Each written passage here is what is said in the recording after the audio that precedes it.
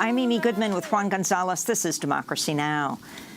Well, 12 Democratic presidential hopefuls will spar this evening at Otterbein University in Westerville, Ohio, during the fourth official Democratic primary debate. As voters weigh their options, one of the pressing issues on many Americans' minds is housing. Independent Senator Bernie Sanders of Vermont is the latest 2020 Democratic presidential candidate to release a comprehensive Housing for All plan. He has advocated for rent control, called for big investments in affordable and subsidized housing, and has also pushed for reforms in zoning laws to allow construction in more expensive neighborhoods. Meanwhile, Massachusetts Senator Elizabeth Warren introduced the American Housing and Economic Mobility Act last year, which is the basis of her proposed affordable housing plan, calling for expanding fair housing legislation, building or rehabilitating millions of low and middle-income housing units, and reforming zoning laws. Several other candidates, including Senators Cory Booker and Kamala Harris, have released detailed plans to tackle the housing challenges of ordinary Americans, many who are still struggling after the devastating 2008 housing market collapse. Well, we spend the rest of the hour on a new book that looks at the devastating legacy of the foreclosure crisis and how much of the so-called recovery is a result of large private equity firms buying up hundreds of thousands of foreclosed homes. The book is by investigative reporter Aaron Glantz. It's called Homewreckers: How a Gang of Wall Street Kingpins, Hedge Fund Magnates, Crooked Banks, and Vulture capitalists suckered millions out of their homes and demolished the American dream. In it, Aaron Glantz reveals how the 2008 housing crash decimated millions of Americans' family wealth, but enriched President Donald Trump's inner circle, including Trump cabinet members Steve Mnuchin and Wilbur Ross, Trump's longtime friend and confidant Tom Barrack, and billionaire Republican donor Steve Schwarzman. Aaron Glantz joins us now, senior reporter at Reveal from the Center for Investigative Reporting, finalist for a Pulitzer Prize this year for his reporting on modern-day redlining. His new book, Homewreckers, comes out today. It's great to have you with us, Aaron. What an amazing book. Just lay out what you found. Well, first of all, I wanted to know 8 million Americans lost their homes in the Great Recession. But they didn't just disappear, right? So we live now in a society where the wealth gap between the richest 1/10 of 1% and the other 90% is bigger than it's been in 100 years. And so much of Americans' wealth is in their homes because we have very few other ways to save. So I wanted to know what happened to these houses, who profited off this mess. And that trail led me to a number of people who are in Donald Trump's inner circle. So talk about them and talk about how they benefited. Well, we start with the crash itself and the failure of the banks. When all of these bad loans came due and there was massive foreclosures, we, the taxpayers, the government, subsidized those foreclosures. And there were a lot of people who lost money during that time, but there were also people who bet on these failed banks and received government support to foreclose. And that included, as you mentioned, Steve Mnuchin, who's now our Treasury Secretary. He and his group of other investors, including George Soros, John Paulson, Michael Dell, the founder of Dell Computer, came in and bought IndyMac Bank, which was this failed Pasadena, California bank, and then proceeded to foreclose on over 100,000 families, including 23,000 seniors. Now, under the deal that he made with the government to acquire this bank, which the government owned because it failed, he and his investors paid the government nothing. And then, although he invested some of his own money in the bank, we then paid him to subsidize his foreclosures. And documents that I obtained under the Freedom of Information Act show that we paid his group more than $1 billion. And Wilbur Ross, the Commerce Secretary, had a similar deal at Bank United, which was another failed bank in Florida. And of course, IndyMac, as you show in your book, was really the first major bank to collapse, and then a series of others happened in 2008. And it was basically based on a lot of either fraudulent or predatory lending. If you could talk about that as well. There were a lot of predatory loans going around in the housing bubble. And at this point, we all know that. What I wanted to know was when there were families who got these so-called ninja loans, right? No income, no job, no assets, no problem. Or these loans that had these teaser rates and then reset at a higher level. And you were told, oh, you can just refinance. Or the main character in my book, Sandy Jolly, whose family owned their home outside of Los Angeles for more than 30 years until they got a reverse mortgage that sapped their equity. And all of these families lost their homes to foreclosure. What I wanted to know was what happened after, right? We've been stuck in this country on this trauma of 2007, 2008, 2009. But now here we are in 2019. 10 years have passed. The unemployment rate is low. The president tells us everything is great, but people don't feel like everything is great. So, we have jobs, but what happened to our wealth? They took it. That's what happened. And also the disproportionate impact that this loss of equity in all these homes had, especially on the African American and Latino communities, which were even more dependent on home equity for what little wealth they had, net wealth they had. What we see is that banks like Steve Mnuchin's bank concentrated their foreclosures in communities of color. And then when they started making loans again, when the economy improved, they didn't make loans to those communities. So they wiped out the wealth of these communities with foreclosure. But then over a 5-year period, Steve Mnuchin's bank made 3 loans to help African Americans buy homes. And 11 loans, this is a national bank, helped 3 African Americans and 11 Latinos buy homes over 5 years.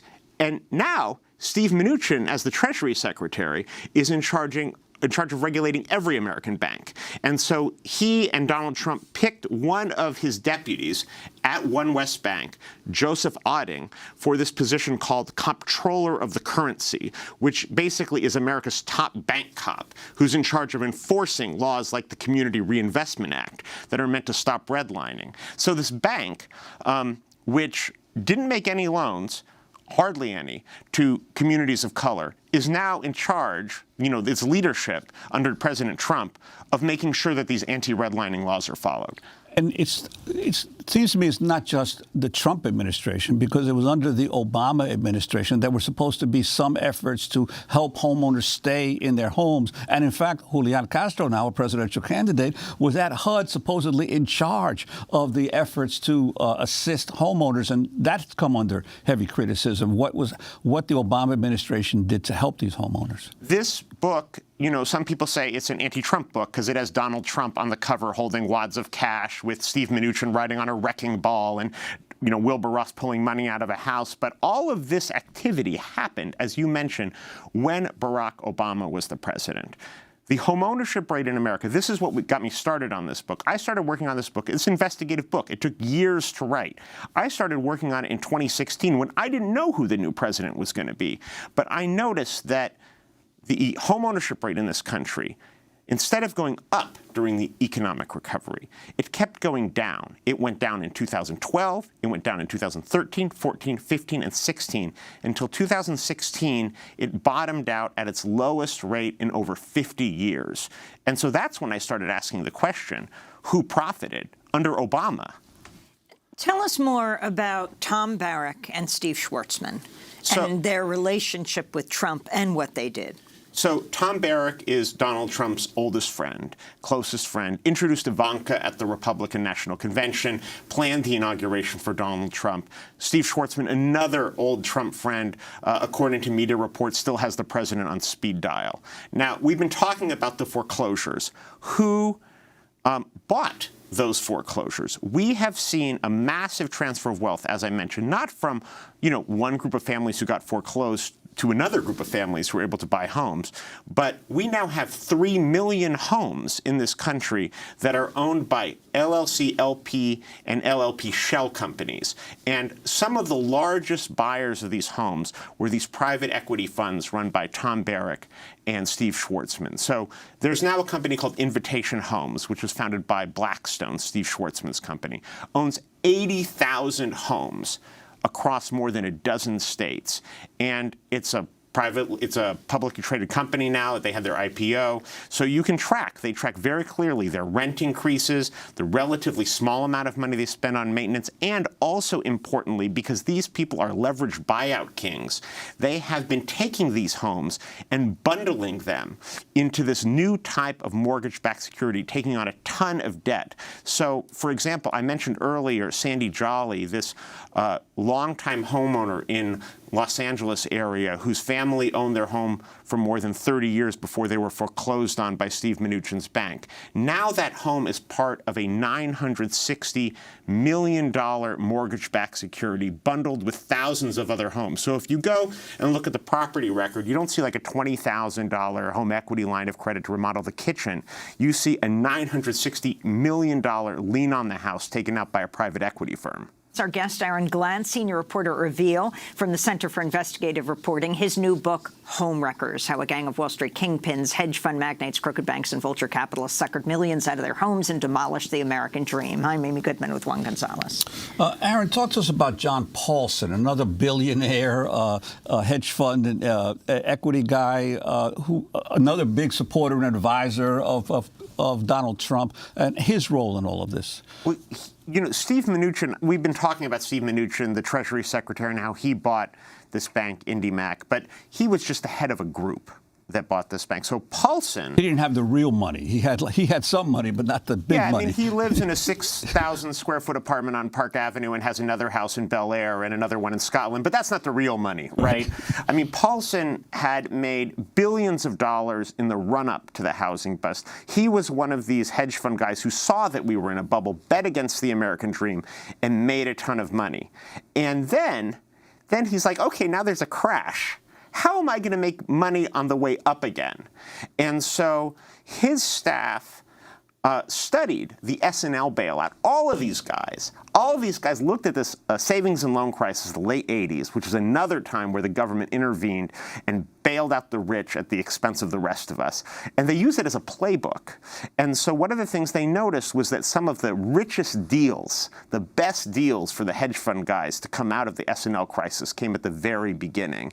And that's why they bet on IndyMac. But what's interesting is Mnuchin, another reason he had to put together this group, is if any of these hedge funds had put in more than a certain amount of money into the bank in terms of their share of ownership, they would be regulated as bank holding companies, and the government would be able to go in and look at their books. So they all just stayed just a little bit below that threshold to make sure that they would avoid scrutiny. So the debate is tonight, Aaron Glantz, the housing policies of the different Democratic presidential candidates. Well, first of all, I would love to hear them talk about it in tonight's debate. I mean, the moderators have totally abdicated on asking about issues of economic equity. So as you mentioned earlier, Elizabeth Warren has a plan, Bernie Sanders has a plan, Pete Buttigieg has a plan, Kamala Harris has a plan. I'm not sure if I've heard one from Vice President Biden. But I would like to see them engage, on these issues. Kamala Harris says she wants to put $100 billion towards promoting African-American home ownership. The black home ownership rate in this country is below the level that it was at when segregation and discrimination was legal. I'd like to hear her talk to Elizabeth Warren, who has a plan to give massive down payment assistance and rectify redlining. Or Juan was talking about Bernie Sanders' plan on rent control and affordable housing. I mean, this is something where the Democratic candidates should engage in the same way they've been engaging on health care and present their conflicting visions and debate. As I mentioned at the outset, the richest 0.1% of the American people have the same amount of wealth as the other 90%.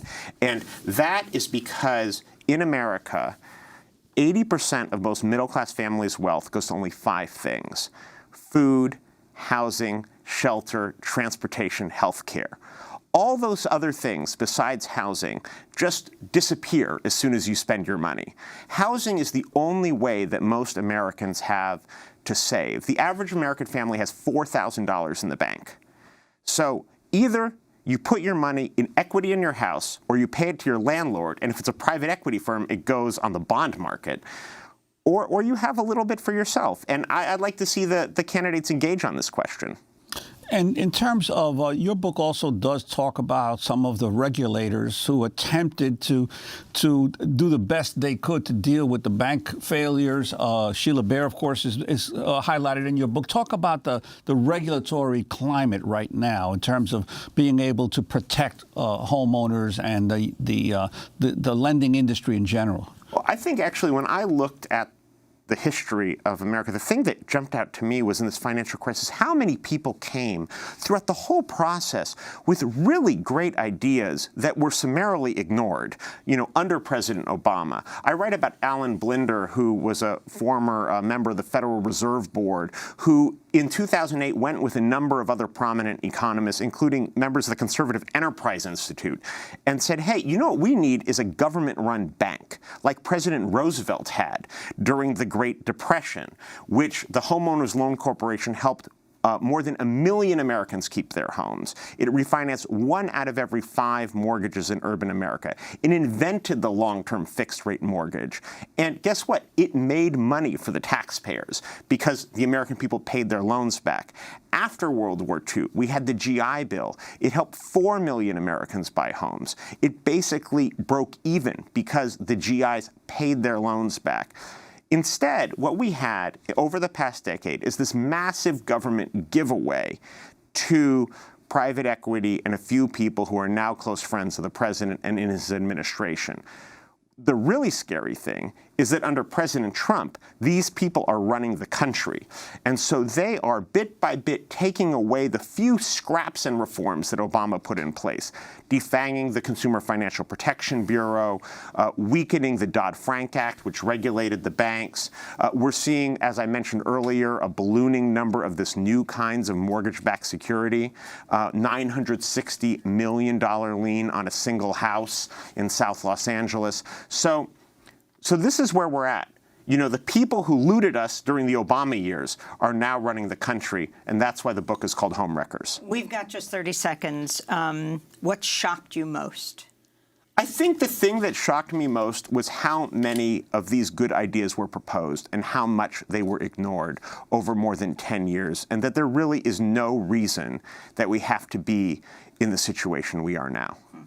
Well, I want to thank you so much, Aaron, for being with us. We're going to do part 2, and we'll put it online at democracynow.org. Aaron Glantz, senior reporter at Reveal from the Center for Investigative Reporting. His new book, Homewreckers, How a Gang of Wall Street Kingpins, Hedge Fund Magnates, Crooked Banks, and Vulture Capitalists Suckered Millions out of their homes and demolished the American dream. That does it for our show.